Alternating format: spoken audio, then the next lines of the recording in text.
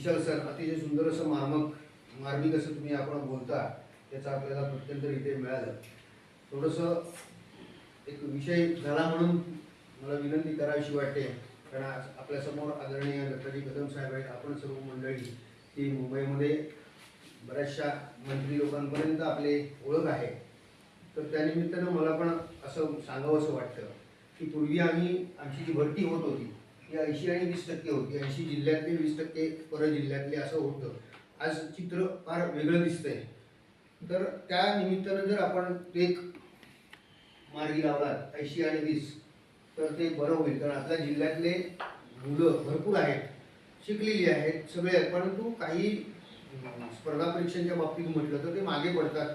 आता त्याला भरपूर कारणं आहेत. ती काही कारणं आपण इथे बोलून उपयोगाची नाही. त्याला कारणं भरपूर आहेत. ती पुढे काय येतात त्याचंही कारण वेगळं आहे. आपण का मागे पडतोय त्यालाही कारण वेगळं आहे. परंतु त्या दृष्टीने एक जर झालं तर अतिशय आमच्या जिल्ह्यासाठी एक तो चांगला एक भाग्याचा दिवस ठरेल. कारण आपण आज बरेच मागे पडत चाललोय. त्यामुळे तुम्हाला विनंती आहे, आपण कृपया या संदर्भात एक जोर लावावा आणि 80-20 जे पूर्वीचं होतं त्या पद्धतीने व्हावी भरती प्रत्येक क्षेत्रामध्ये, अशी विनंती करतो. यानंतर पहिल्याच त्याच्यामध्ये विचार बदलावा लागेल. जे विशाल मोरेने सांगितलं त्याच तुम्हाला सांगतो. या भारतामध्ये मुंबई महानगरपालिका ही मोठी महानगरपालिका आहे. त्याचं बजेट हे केरळ राज्यापेक्षा जास्त आहे. पण आज केरळ राज्यात पहिलीपासून पदवीधरपर्यंत सर्वांना मोफत शिक्षण आहे. एकमेव राज्य आहे. पण आज जी भरती होते महापालिकेमध्ये अजून 2 वर्षांत राणे, साळवे, मांडवकर, पवार, माने हे कोणी तुम्हाला मिळणार नाही. त्याचं कारण सांगतो. कारण मुंबईत राहणारे जे आहेत ते कोण टायपिंगला जात नाही.